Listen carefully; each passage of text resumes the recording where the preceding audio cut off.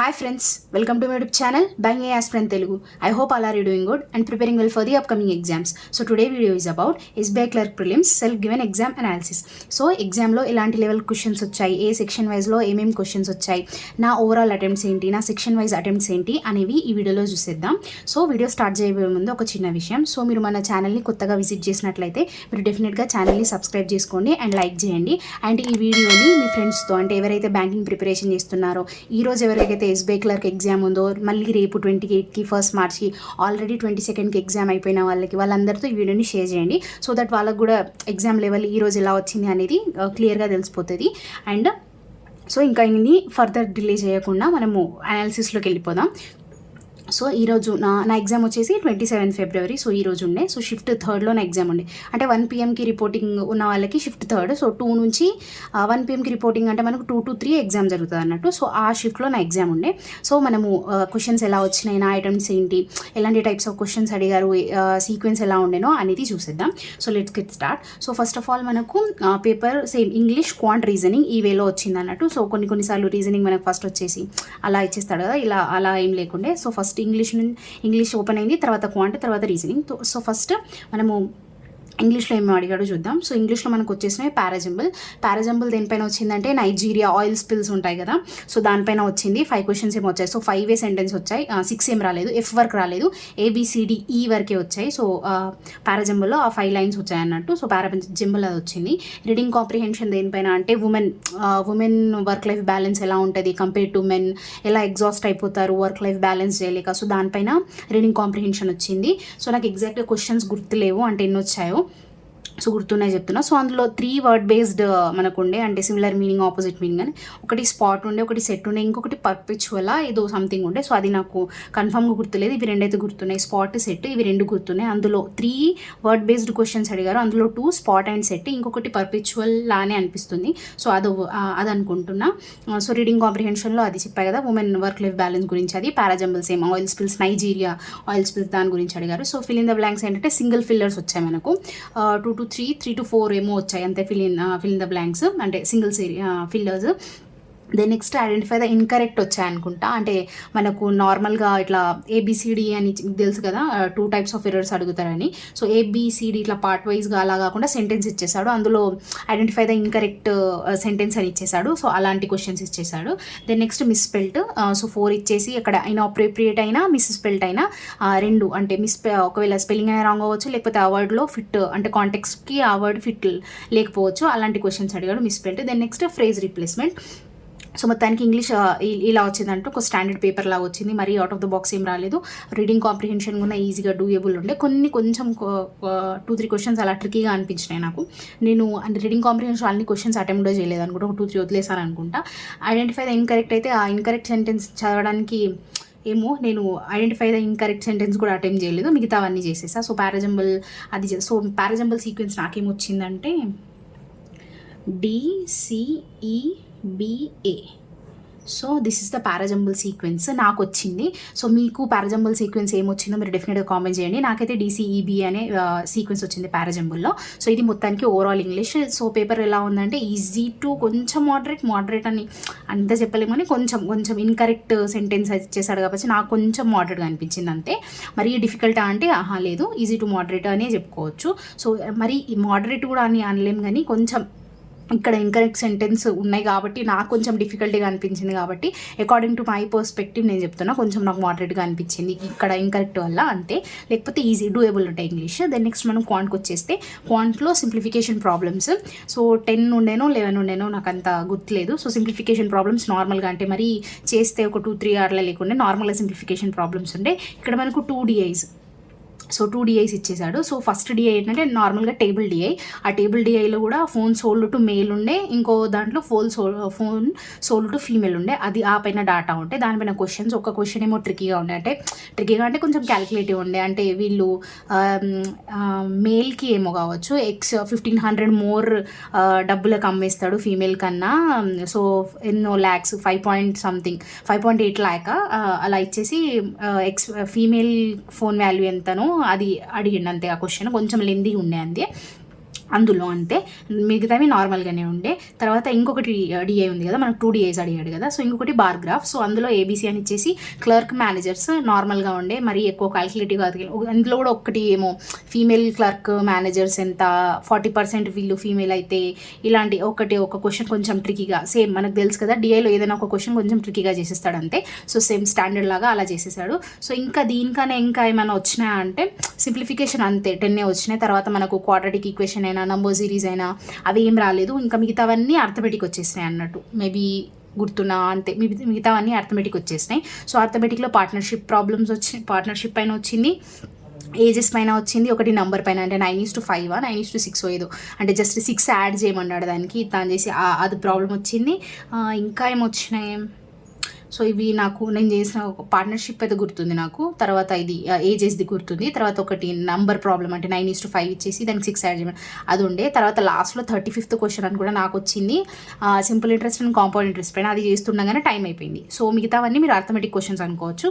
So ఇది అంటే 2 డిఐస్ ఇచ్చేసాడు సింప్లిఫికేషన్, దెన్ మిగతావన్నీ అర్థమెటిక్ ప్రాబ్లమ్స్ ఇచ్చేసాడు. సో ఇది క్వాంట్. సో నేను క్వాంట్ ఈజీ టు మోడరేట్, ఎందుకంటే అక్కడ మనకు స్పీడ్ మ్యాథ్స్ పోర్షన్ కొంచెం తక్కువ ఇచ్చేసాడు అంటే సింప్లిఫికేషన్ 10 ఒక 15 ఇచ్చినా ఈజీ అయిపోయింది అక్కడ పేపర్. సో క్వాంట్ కొంచెం ఈజీ టు మోడరేట్, ఎందుకంటే అర్థమెటిక్ కొంచెం ఎక్కువ ఇచ్చేసాడు కాబట్టి అంటున్నా అంతే. అదర్వైజ్ ఇది కూడా డూయబుల్ ఉండే, మరీ ఎక్కువ కష్టంగా ఏం లేకుండే నా according to my perspective. So అలా చెప్తున్నా. ఇవి చెప్పేవన్నీ నేను నాకు ఎలా అనిపించిందో పేపర్ అనేది చెప్తున్నా. సో ఇందులో కొందరికి చాలా ఈజీ అనిపించవచ్చు ఈ పేపర్ చూసి, కొందరికి కొంచెం మోడరేట్ అనిపించవచ్చు, కొందరికి డిఫికల్ట్గా అనిపించవచ్చు. సో ఎవరెవరి ప్రాక్టీస్ ఎలా ఉంటుందో అలా. సో క్వాంట్ నాకు కొంచెం ఈజీ టు మోడరేట్ అనిపించింది. దెన్ నెక్స్ట్ రీజనింగ్ చూసేస్తే, రీజనింగ్లో మనకు వచ్చేసిన ఇన్ఈక్వాలిటీస్ వచ్చినాయి, అవి ఈజీ ఉండే చాలా. సిలాగ్జమ్ కూడా ఈజీగానే ఉండే. పేర్ ఫార్మేషన్ ఒకటి వచ్చింది, నాకు ఆ వర్డ్ గుర్తు రావట్లేదు. సో మీకు గుర్తుంటే కామెంట్ చేయండి. పేరు ఫార్మేషన్ వచ్చింది.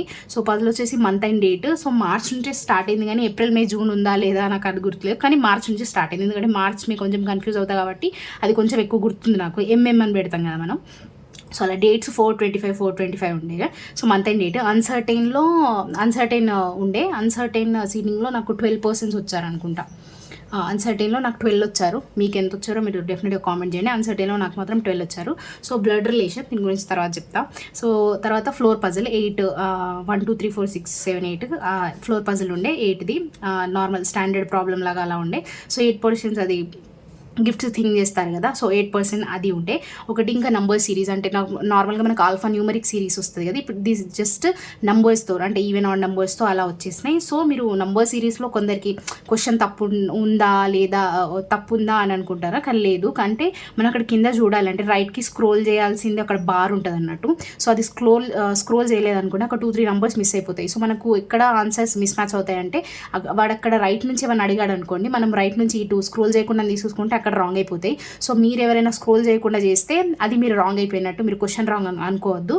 సో అక్కడ కొంచెం రైట్కి స్క్రోల్ చేస్తే ఇంకా నెంబర్స్ ఒక 2-3 నెంబర్స్ ఏమో ఉండే. సో అలా నంబర్ సిరీస్ ఎవ్రీ ఇయర్ జరుగుతుంది అంతే. మనము త్వరలో చూసుకోమా స్క్రోల్ చేయడం అనేది. సో నాతో కూడా అయింది ఒకసారి. సో అందుకే నేను ఈసారి జాగ్రత్తగా చూసా, అక్కడ స్క్రోల్ చేసేది ఉండే. సో 2-3 నెంబర్స్ దాని తర్వాత ఉండే. సో అలా ఒకవేళ అలా చూసుకోకపోతే మీకు డెఫినెట్గా ఆన్సర్స్ మిస్ మ్యాచ్ అయిపోయి అయ్యో క్వశ్చన్ రాంగ్ ఉందా అనేది ఒక థాట్ వస్తుంది అన్నట్టు. కానీ క్వశ్చన్ రాంగ్ లేకుండా కొంచెం రైట్కి స్క్రోల్ చేస్తే సరిపోయేది. ఒకటి ఆడ్ 1 అవుట్, అంటే నార్మల్గా LKH ఇలా ఇచ్చేసి ఏది ఆడ్ 1 అవుట్ అది చేయమన్నాడు. సో అది రీజనింగ్ పేపర్ చూసుకుంటే ఇవి మీకు చెప్పినవన్నీ ఈజీగానే ఉన్నాయి. సో వచ్చేస్తే బ్లడ్ రిలేషన్. సో నేను మీకు ఆల్రెడీ లాస్ట్ 10 days టిప్స్ అని చెప్పా కదా ఎస్బీఐ క్లర్క్ది. మీరు ఒకవేళ చూడకుండా, మీకు ఒకవేళ రేపు ఎగ్జామ్ ఉన్న వాళ్ళు, ఫస్ట్ మార్క్ ఎగ్జామ్ ఉన్న వాళ్ళైతే తప్పకుండా చూడండి. అందులో లాస్ట్ మినిట్ టిప్స్ ఉన్నాయి, అవి మీకు డెఫినెట్గా ఉపయోగపడతాయి. నేను అందులో చెప్పింది ఒకటి చాలా స్ట్రెస్ ఇస్తూ చెప్పా అన్నట్టు బ్లడ్ రిలేషన్ గురించి. సో సేమ్ నాతో కూడా జరిగింది, మీతో జరిగిందో లేదో నాకు తెలియదు కానీ. సో బ్లడ్ రిలేషన్ అది ఎన్నిసార్లు సాల్వ్ చేసినా రాలేదు. మీరు మేబీ 4 questions ఉన్నాయి అనుకుంటా బ్లడ్ రిలేషన్వి. సో ఆ JH సంథింగ్ అక్కడ ఏదో రిలేషన్, అసలు అది ఎన్నిసార్లు చేసినా అది అసలు అవ్వలేదు. నాతో అయితే అవ్వలేదు, వేరే వాళ్ళతో అయ్యి ఉండొచ్చు డెఫినెట్గా, ఇంకా మంచిగా ప్రాక్టీస్ చేసి ఉంటాయి. సో నాతో అవ్వలేదు, నాకు కొంచెం ట్రికీగా కూడా అనిపించింది. సో అదే ముందు తీసుకుంటే నా అవి అటెంప్ట్స్ కూడా అయ్యేవి కావు. లాస్ట్లో చేశాను నేను ఇది బ్లడ్ రిలేషన్ అనేది, అయినా కూడా అవ్వలేదు. అదే ఒక 2-3 minutes తీసుకున్నా అది బ్లడ్ రిలేషన్ అవ్వనే లేదు. సో మీలో ఎవరికైనా బ్లడ్ రిలేషన్ ఆన్సర్ వస్తే మీరు డెఫినెట్గా కామెంట్ చేయండి. సో ఇది మొత్తానికి reasoning paper. So reasoning paper కూడా ఈజీ అనే చెప్పుకోవచ్చు. ఒక బ్లడ్ రిలేషన్తో అది కొంచెం మోడరేట్ అయిపోతుంది. ఓవరాల్గా పేపర్ చూసుకుంటే so English quant reasoning easy to moderate అని చెప్పొచ్చు. ఎక్కడ డిఫికల్ట్గా పేపర్ అయితే లేదు. సో స్టాండర్డ్ పేపర్ లానే ఉంది. ఇక్కడ అవుట్ ఆఫ్ ద బాక్స్ నుంచి ఎక్కడ ఏం క్వశ్చన్స్ రాలేదు. కొంచెం క్వాంట్లో స్కోరింగ్ చేసేటి ఎక్కువ ఏం లేకుండా అంటే అర్థమెటిక్ ఎక్కువ ఇచ్చేసి, కానీ డిఐ సింపుల్ ఇచ్చేసాడు కదా. సో డిఐ మరీ కాంప్లికేటెడ్గా వేయలేదు అన్నట్టు. సో అందుకే ఇది కూడా కొంచెం ఈజీ టు మోడరేట్. సో మొత్తం ఓవరాల్ పేపర్ షిఫ్ట్ 3 అనేది ఈ రోజుది నాకైతే ఈజీ టు మోడరేట్ అనిపించింది. మీకు ఎలా అనిపించిందో, అంటే మీకు ఈజీ టు మోడరేట్ అనిపించిందా, లేకపోతే చాలా ఈజీ డెడ్ ఈజీ 90-95 ఇలా పెట్టేసి వచ్చారా, లేకపోతే కొంచెం డిఫికల్ట్గా అనిపించిందా, కొంచెం మోడరేట్గా అనిపించిందా, మీకు ఎలా అనిపించిందో మీరు డెఫినెట్గా కామెంట్ చేయండి. సో ఇప్పుడు వచ్చేస్తే మన అటెంప్ట్స్. సో మన అటెంప్ట్స్ చూసేస్తే ఇంగ్లీష్లో నేను అటెంప్ట్ చేసినవి 24, సో క్వాంట్లో 26, సో రీజనింగ్లో 31. సో ఎప్పుడైనా రీజనింగ్లో ఎన్ని అయినా 35 అవుట్ ఆఫ్ 35 అందే ఎందుకో అలా సాటిస్ఫైయింగ్గా అనిపించదు కదా, ఎందుకంటే ఆ బ్లడ్ రిలేషన్ రాలేదు ప్రాబ్లం నాకు. సో అందుకే ఆ బ్లడ్ రిలేషన్ క్వశ్చన్స్ వదిలేసా అన్నట్టు.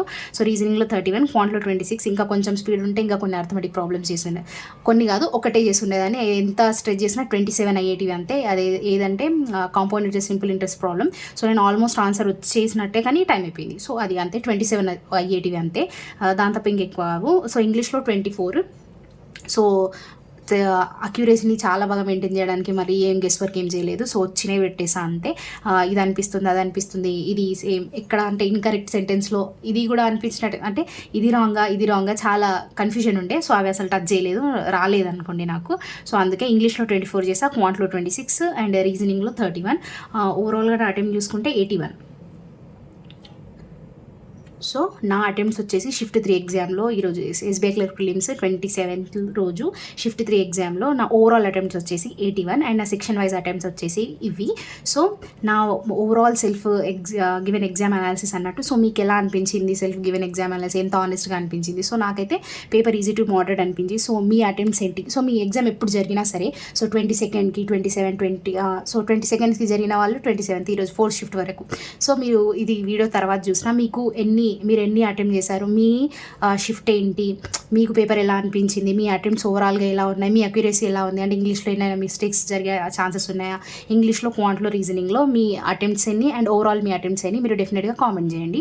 So that's it for the video. ఈ వీడియో మీకు హెల్ప్ఫుల్గా అనిపించినట్లయితే మీరు డెఫినెట్గా లైక్ చేయండి. అండ్ మీరు నాకు ఏమైనా సజెషన్స్ ఇవ్వాలనుకున్నా, మీకు ఏ టాపిక్ పైన వీడియో కావాలనుకున్నా, do let me know in the comment section and subscribe to my YouTube channel banking aspirant Telugu. I hope you love this video. See you in the next video. Bye bye.